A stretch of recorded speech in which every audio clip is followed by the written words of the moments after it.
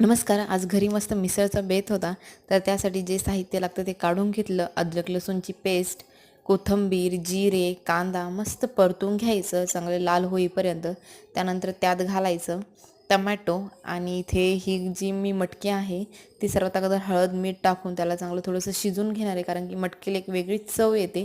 त्यानंतर त्याच्यात टमॅटो टाकायचा, मस्त मसाले टाकायचे, लाल मिरची, कांदा लसूण मसाला आणि कोल्हापुरी मिसळ मसाला टाकायचा. याने मिसळला खूप छान चव येते.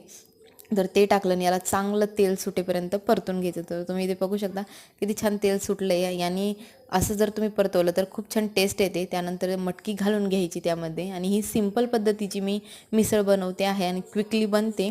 तुम्हाला लागेल तितकं पाणी घालायचं आणि मस्त शेव, कांदा, कोथिंबीर टाकून मिसळ सजून खायला घ्यायची. गरम गरम खायची, खूप छान लागते. तर तुम्ही नक्की ट्राय करून बघा आणि मिसळचं ताट बघा किती छान वाटतंय. श्री स्वामी समर्थ.